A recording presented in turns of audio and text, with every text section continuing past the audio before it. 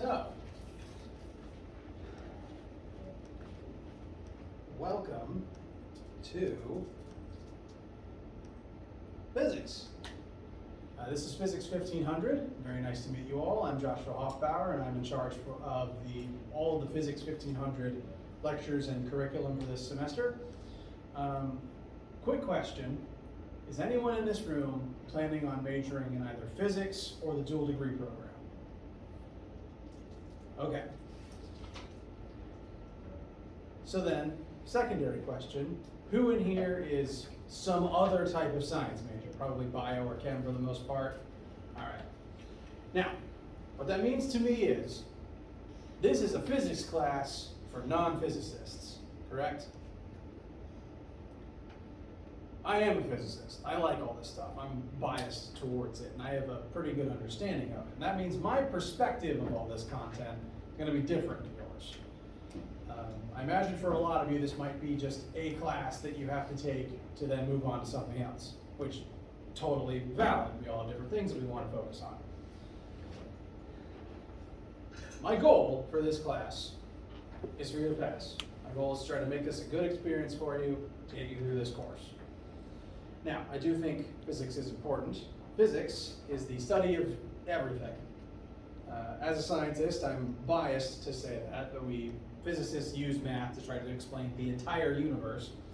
I would say that physics is one of the most broad sciences, and that other sciences study specific aspects of the universe. Normally, I would say that physicists try to explain the whole of it. Chemists use physics to explain specific things. Biologists use chemistry to try to describe biological processes. Sociologists and psychologists use applied biology to understand how humans interact with themselves and with each other. So on and so forth, down the path of objectivity to subjectivity, and you eventually end up at art.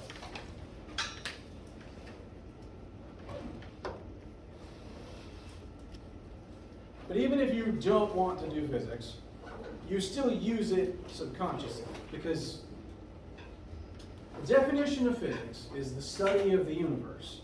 You've been in the universe studying it your entire lives. If you're interested in science, then you've studied specific things more in detail than others. Like if you're interested in chemistry, then you've studied those specific interactions, maybe more so than others.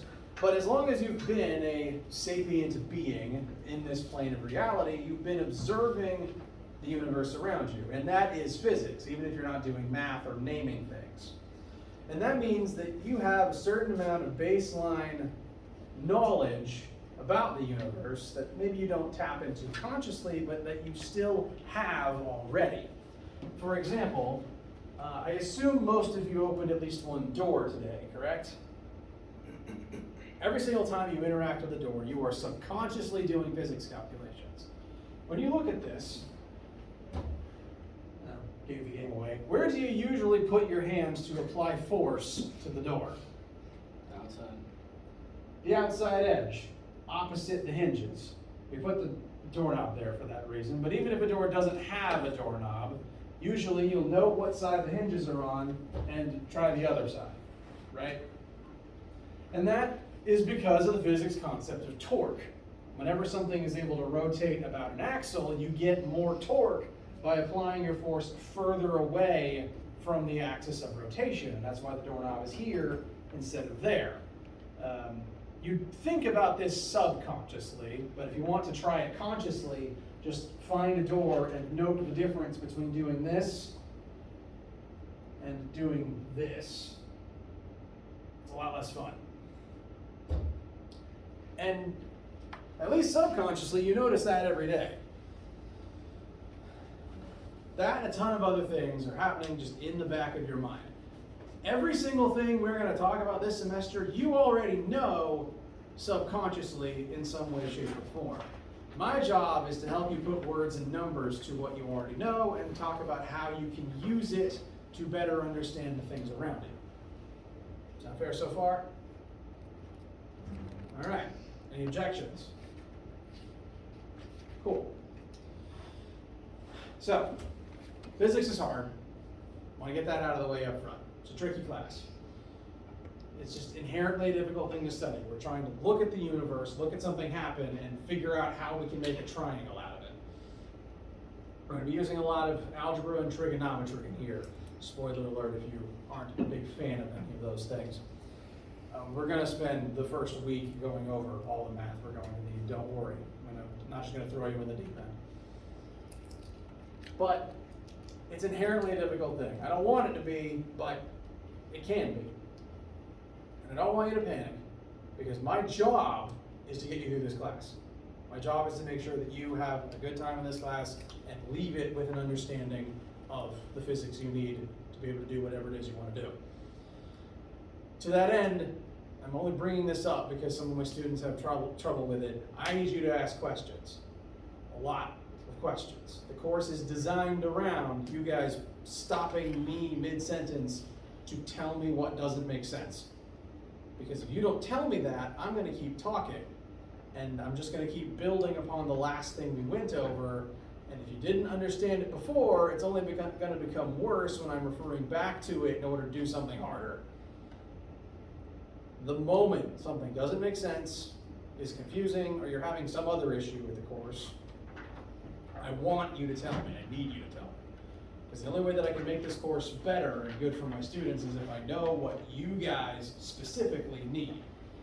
Because we focus on different disciplines. I'm a physicist. You guys might want to major, probably want to major in something else. We approach the content differently and our brains work differently. The first way I think to describe this stuff may not be what your brain needs to hear.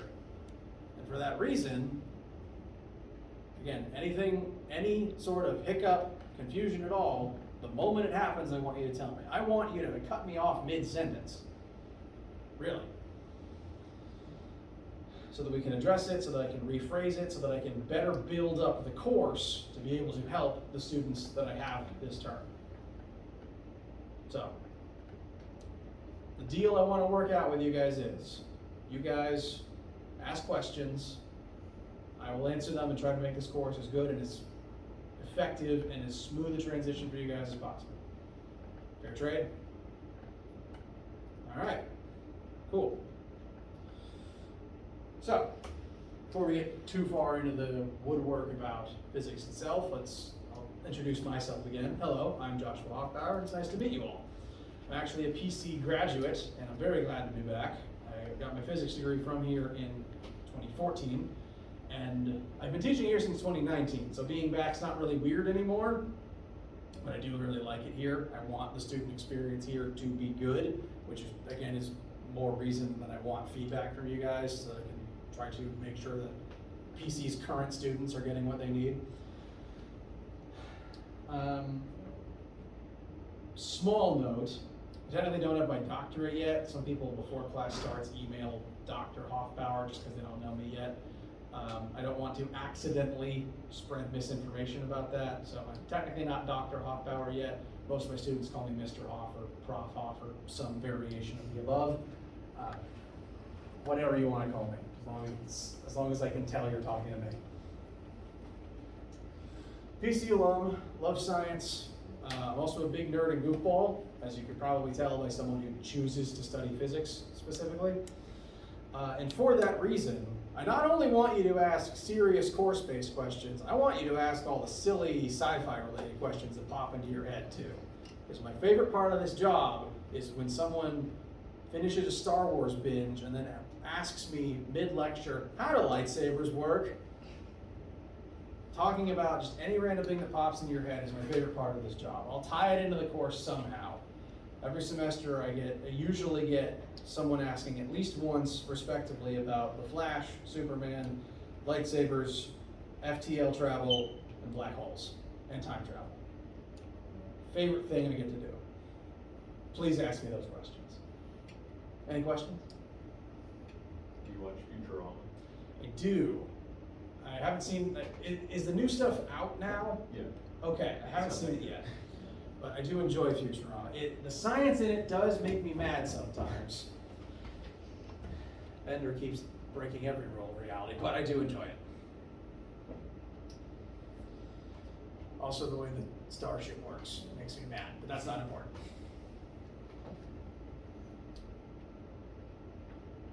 Anything else on your minds right now? Course related or not? All right. All the same, do get used to me asking about every 5 minutes if you have any questions. I think at this point it's a tick of mine. I stop constantly to ask if you have questions. I stop constantly for water, and I stop constantly because I lost my train of thought and I just have to stare at the ceiling for a minute. So get used to all that. So, time for the fun part. Syllabus is on Brightspace, and I know for a fact that most of my students are not in the correct Brightspace course, unfortunately.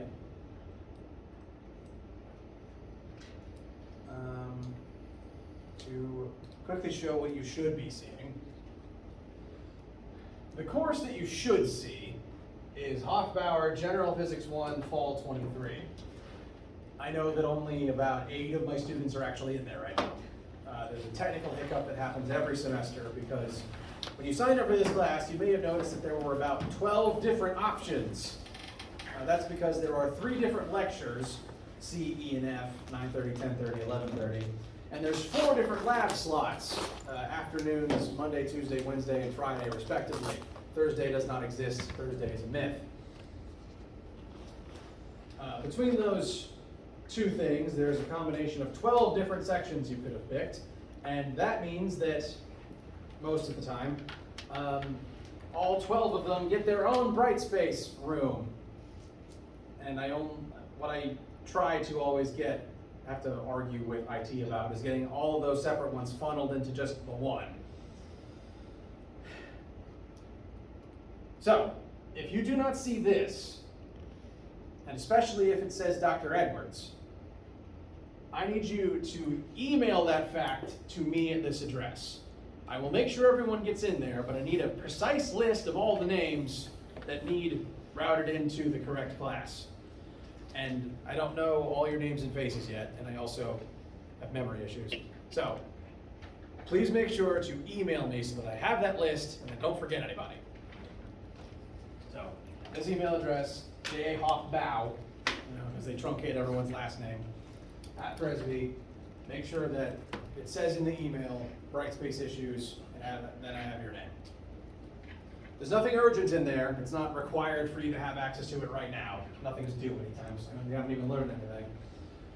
But everyone does need to get in there, reasonably so. So send me that email. Now, when you eventually get into Brightspace, let's take a look at how things are going to work in here. I've got course tabs laid out for basic class info, all the individual chapters. I even have tabs for test review. We're going to have 2 tests. There will be a tab for review materials for each one. But for now, we're just going to look here in class info. The teacher view will be a little bit different. I've got old stuff here hidden. Within class info, you click on this itself. We've got a bunch of tips here. A lot of these tips boil down to please ask questions. I harp on that one a lot because I feel like students either forget to or don't want to, especially not in front of people, and that's why I check my email religiously. If you don't want to ask a question in front of a bunch of people, please email me. The only reason I won't respond to you quickly is if I'm driving or asleep.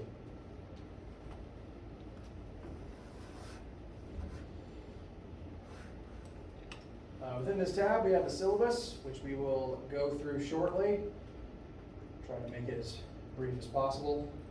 We also have the course equation sheet. I'm still tweaking it a little bit, just modernizing it slightly. This is the previous draft. It's still usable. I'm just trying to make it that's one of those moments where I lost my train of thought already. The sheet that's here is still good. It's still usable. I'm just trying to update it a little bit. What I'm planning on doing is once I'm done tweaking it, I'm going to run off a bunch of copies and I'm going to leave them up here on the front desk so that everyone can have one. This formula sheet will be in conjunction with your calculator, will be your best friends for this class. Formula sheet and calculator, you will have access on every single assignment, tests and exam included. I can't do trig by myself in my head. I don't expect any of you to.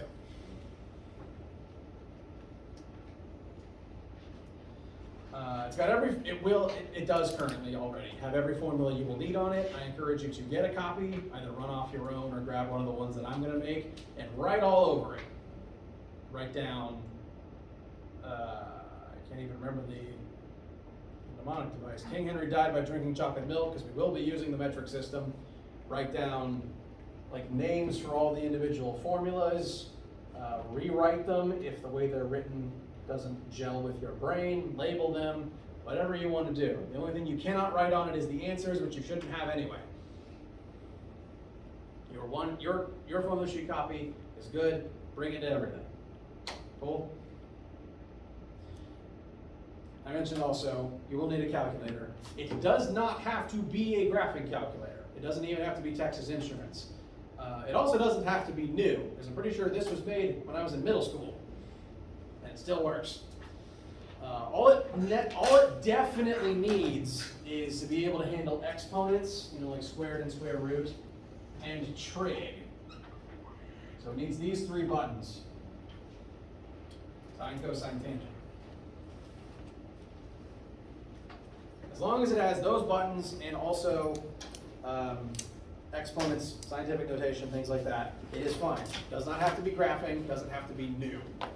I see a couple of these things in the tech case at Second and Charles. That's fine. No, this calculator, wait. Yeah, this is not a little bit yet, but it's getting close. Questions so far?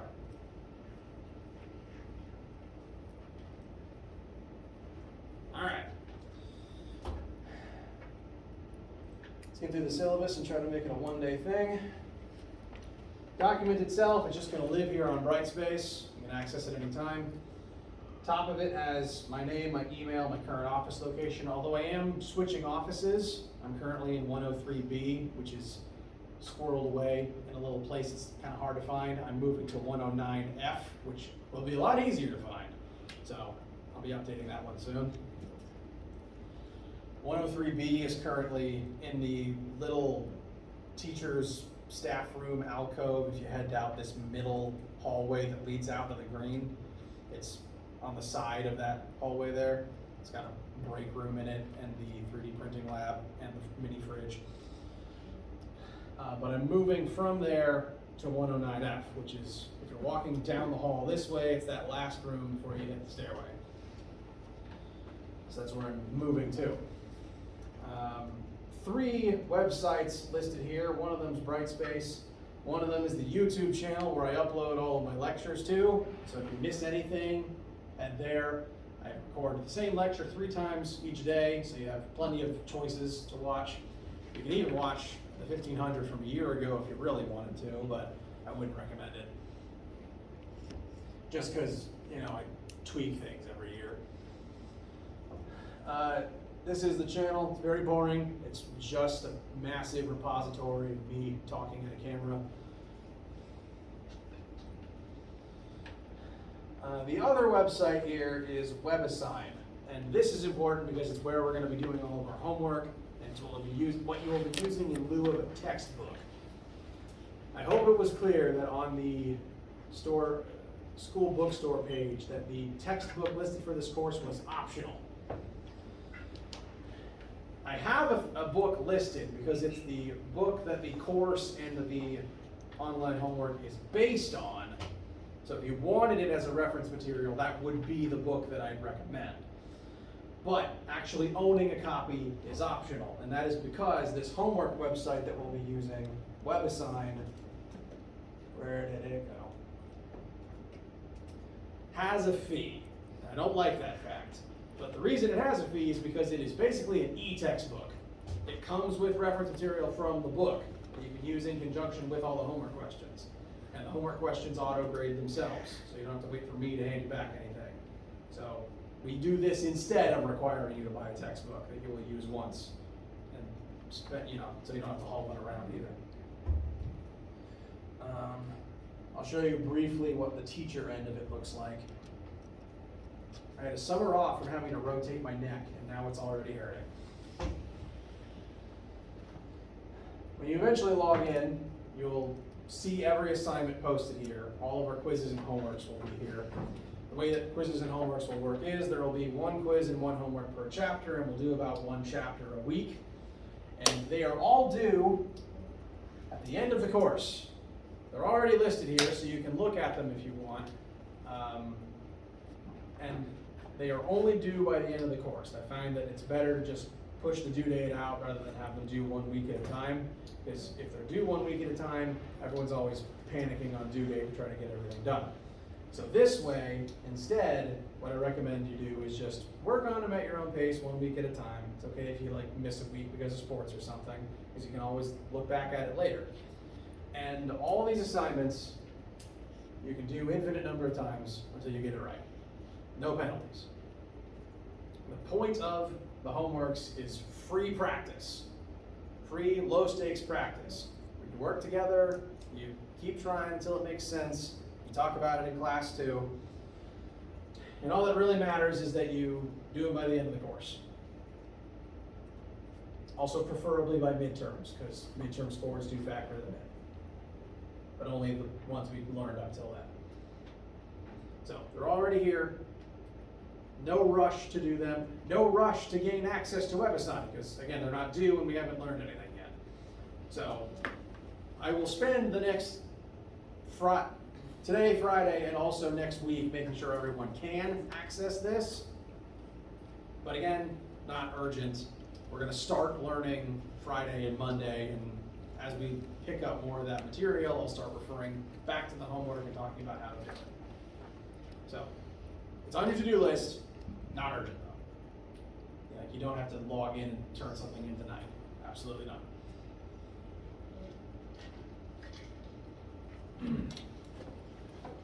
Now, the instructions for accessing WebAssign are in the syllabus, as is the code that you need. Since most people aren't actually on Brightspace correctly yet, I've written that code here.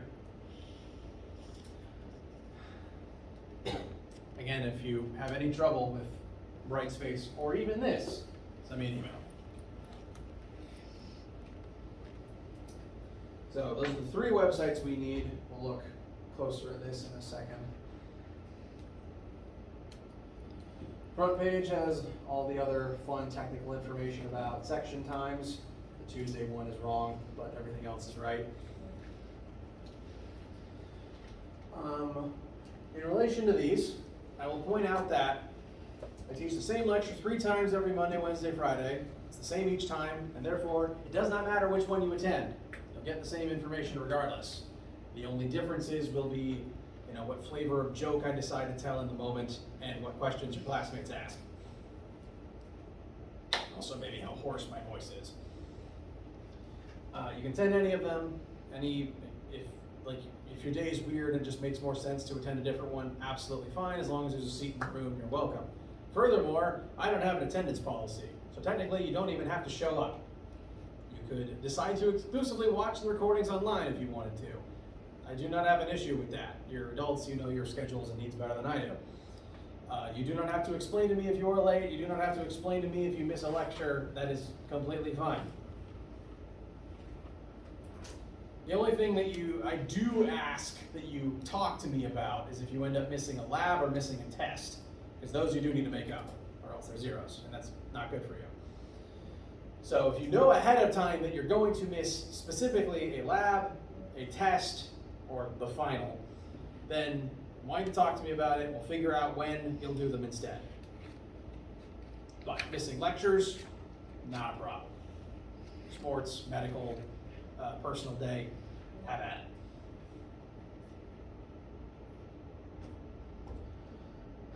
it. Jumping off from that, there are 4 lab sections each week.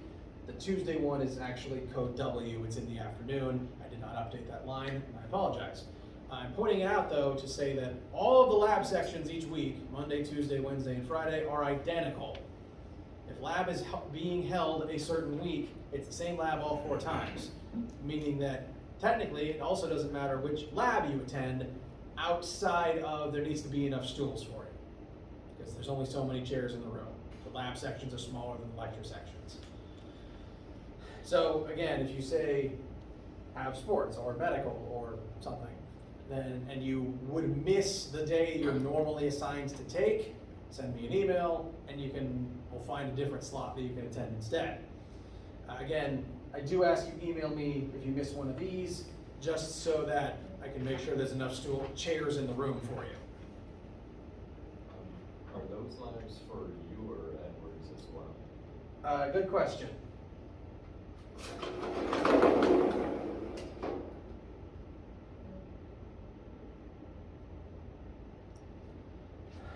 Monday and Tuesday, Dr. Edwards will be proctoring. I will be proctoring Wednesday and Friday. It's still the same lab, it's just a function of who's proctoring. And, sorry? Sorry, I didn't mean to interrupt. It says on my schedule that mine are on Tuesday from 1:30 to 4:30, but it says there Tuesday from, it looks like 8 to 11. Yeah, that's what I tried to just write over. Oh, okay. Yeah, I just forgot to update that part of the syllabus. So it is Tuesday afternoon, not Tuesday morning. Code W. It's the code for it is W rather than S. So V, W, X, and Y. Wait, no, that's supposed to be Friday. Dang it, there's two of them that I messed up. Thursday doesn't exist. Thursday is a myth. Does that clear up any confusion there? Okay, so apologize about that. Whatever it says on your actual schedule is correct. It should be V for Monday, W for Tuesday, X for Wednesday, Z for Friday, in the afternoon time slots. And if it's any different one if you need to, just let me know ahead of time so that there's enough room. The way that labs will work in this class is they are a self-contained part of the course. Think of this as basically one 4-hour class, and the lab is just part of your overall grade. And you don't have to prep anything ahead of time. There's no extra lab work outside of class. You just show up at 1:30.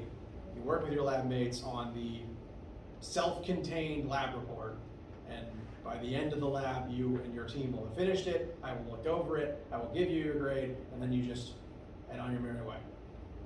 Now, excuse me. What I've been doing for lab grading is I'm pacing around the room. People ask me questions as they're working. I look over it. I say, yes, that's great, move on, or no, not quite. Here's how it actually works. Here's what it should be looking like. Tweak that and do it again. And then if you make that change and everything looks good by the end, then you get a 100 and you can head on your way. That way you have your grade and I don't have a massive pile of things to grade after the fact. They are group activities. We usually prefer group sizes of about 3. And there is no lab this week. I always cancel lab if any day that lab is held doesn't meet for any reason. So, for example, this week, Monday and Tuesday didn't exist, so there's just no lab this week. Every section needs to be on the same pace so that it's the same lab every single day, every single week. So, again, if for any reason a day doesn't meet, like for a holiday, there's likely just no lab that week because they never usually cut just Thursday. I will try to point out when that is the case. This week is one of those cases. No lab this week. You do not have to show up anywhere at 1:30 either today or Friday. We will restart that next week, starting Monday. Next week's lab also isn't anything to worry about. Our first activity is group algebra practice. So you do not need to know anything ahead of time.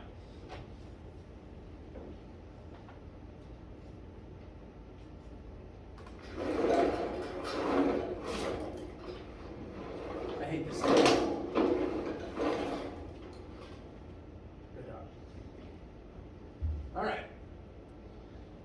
Continuing on, we have a 10-point scale. As long as you have a 70, you get a C. I do pluses, but I don't do minuses. So if you have a 77 that I can't round up any further, you'll get the C plus. But if you have a 70, you don't get a C minus, you just get the C. And we also have the weighting for the different categories of assignment that we have in the course. This is specifically calibrated so that no one assignment will ever ruin your score, I promise.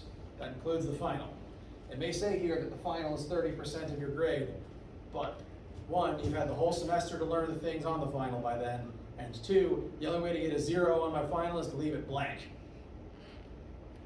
I give super partial credit for everything.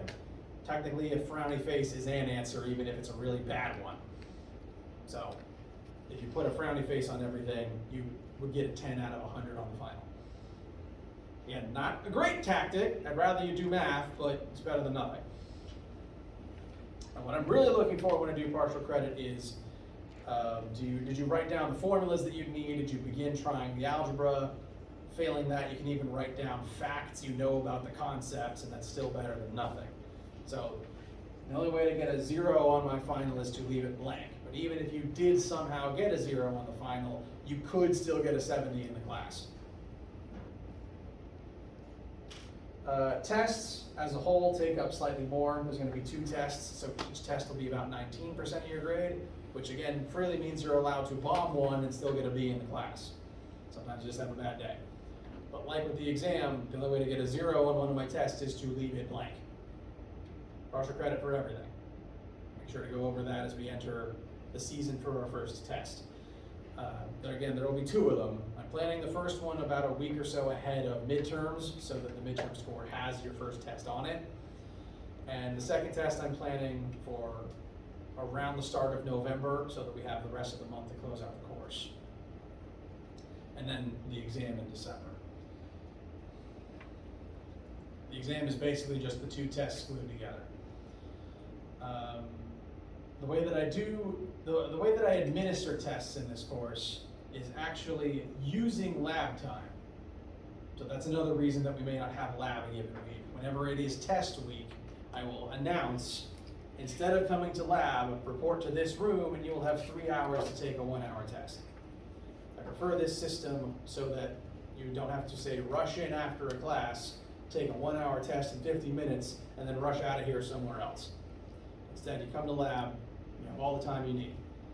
It also means that if someone, say, has time and a half, then it doesn't cut into their next lesson. So, whenever test weeks are coming, you will know ahead of time exactly what week it'll be, what day you would normally take it, but you're free to take it on during a different lab time. And whoever you see for lab that week will be whoever's at the front of the room proctoring. Other categories include quizzes and homeworks. Those are, again, on the WebAssign site, and to show you what they look like. Click on your first homework assignment. The student view is a little bit different, but you'll see all the questions. You'll be able to input your answers for each one. A lot of math problems. I don't usually do word problems over the internet because the AI just cannot grade them. So all the homework and quizzes will be math-based. You give it a shot, you put in your answer, and you get immediate feedback. If it's wrong, try it again, over and over again until you get it right. And feel free to work with each other on the homework. If one of you gets it and the other doesn't, it helps both of you if you work together to figure it out, because even the one explaining learns by teaching. Quiz on the homeworks, again, they're all due at the end of the semester, so it's not the end of the world if one slips through the cracks, or if it just takes you a while to get something on one of them, and you're allowed to revisit them and review them all the way to the end.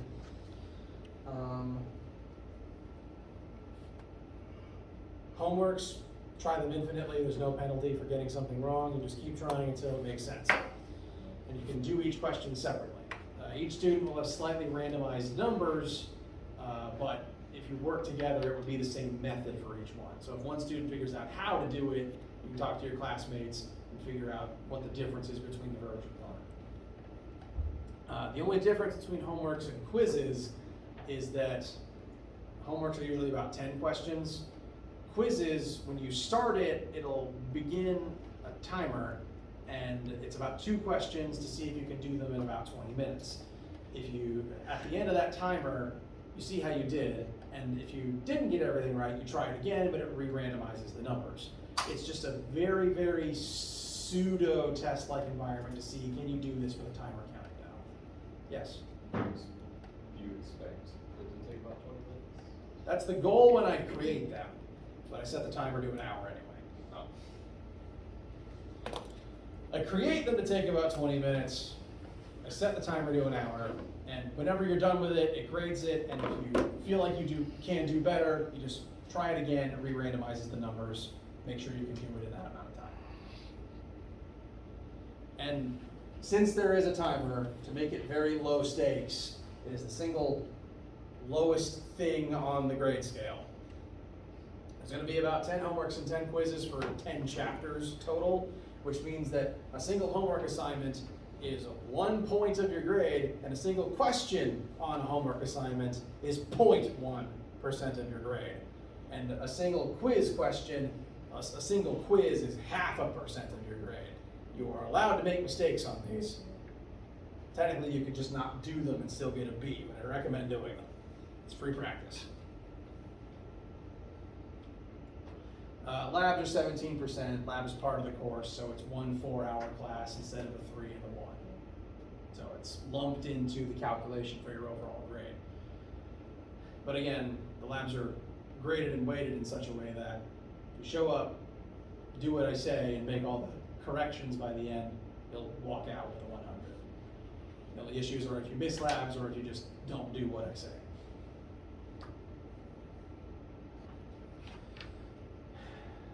Lists the optional textbook title, and we also list all of the concepts that we'll be covering. The main focus of this semester is going to be mechanical things like force and motion, physical forces and motions that we see around us. Again, I would call that mechanics. If you stay on for Physics 1510, that class will deal with less tangible things like heat, electricity, and light. But this semester is going to focus primarily on physical, mechanical, motion, and force. We got 1D and 2D motion, Newton's laws, gravitation, centrifugal force. By the end of the semester, depending on how quickly we move, I plan to talk a bit about physical sound waves. But again, physical mechanics for the most part. How you guys feel? All right. Questions thus far? Okay. I've kind of already hand-waved through most of the rest of this stuff. There's sections describing the technical information about the individual categories of assignment we're going to have. There's also information here about how to enroll in WebAssign. It's got the website link, the buttons to press, and also the course code. To kind of briefly show what that looks like, I have prepared a test account, since what the student sees and what the teacher sees are slightly different. So this is a test student account real quick. When you go to the website and you make your account, you'll be prompted to input a course code. That code is that string of letters and numbers over there, resb.sc.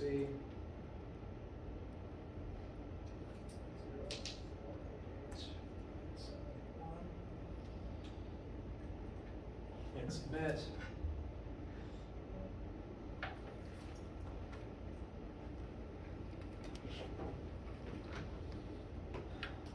Make sure that you see this book. That is the course name and the edition. You don't need the book. It's just telling you what book the course is based on. Hit continue.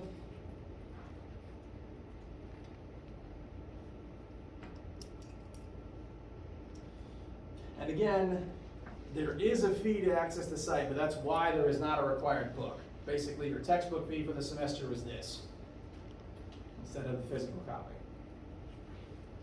Now, additionally, there is a fee. I hate that fact, but there is also a 2-week grace period. You can start accessing the course 2 weeks before having to give them this money in case you just need to move around and reallocate all your textbook stuff.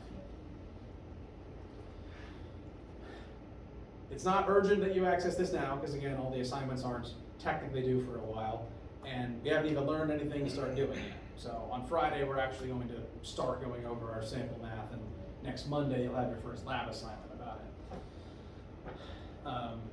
For now, just keep this in the back of your mind and start working towards accessing this and making sure you can eventually access Brightspace too.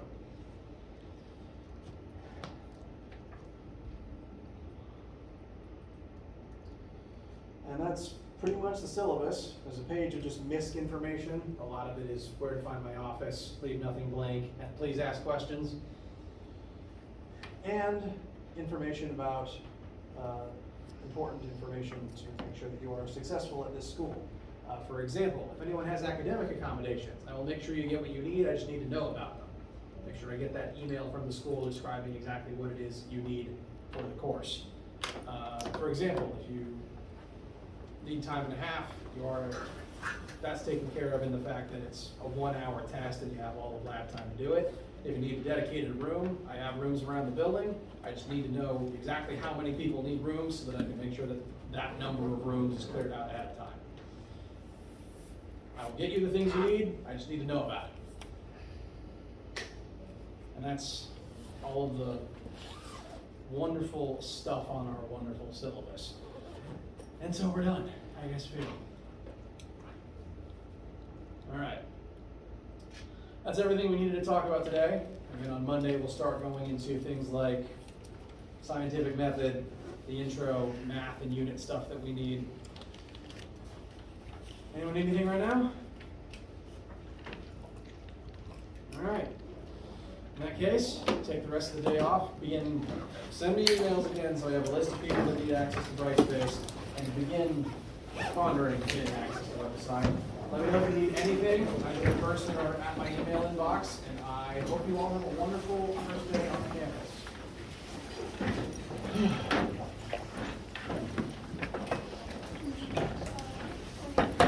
Oh, sorry, one last thing. I am awful at remembering names, and I apologize for that in advance. It may take me a while to learn officially who's who. If at any point you feel inclined to reintroduce yourself to me so that I can reconnect the name with the face, I would appreciate that, but that is not strictly required.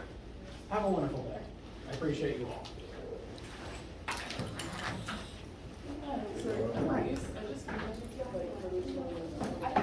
Oh, okay. Last year I had the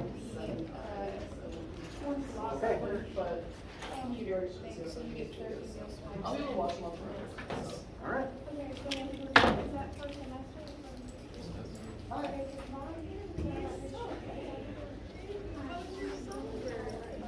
Yes. Yeah. I'm not Dr. Evans, I'm Mr. Hoffman, so it looks like this is where you got registered for. There's no course information there, so.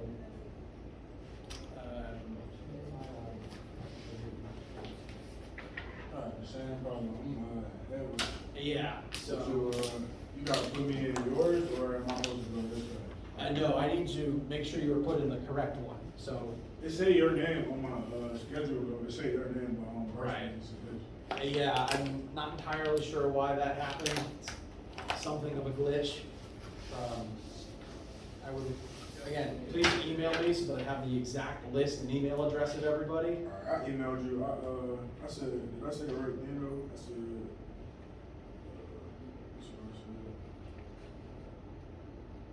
Yes, perfect. all right, man. Thank you. You're welcome.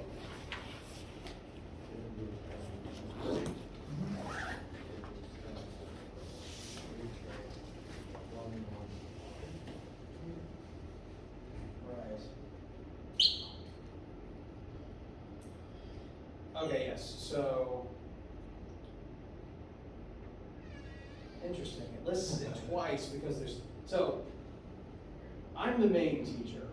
Dr. Edwards just handles a few of the lab sections, so I create all the coursework, but he just proctors it those days. And interestingly, because there's two teachers, they listed it twice on here for some reason. So I have to come by to the online Right.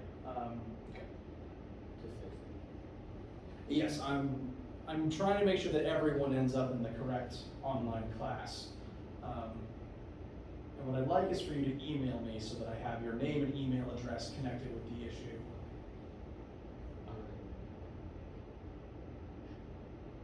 And I will make sure you get in the right one, I promise.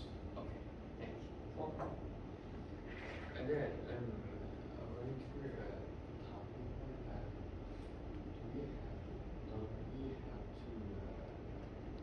take this course informally? Is it just fine to take online? Yes. I record all the lessons. You can watch them online, and showing up in person is not required outside of making sure you take your tests in your lab. So, Thanks. you're welcome.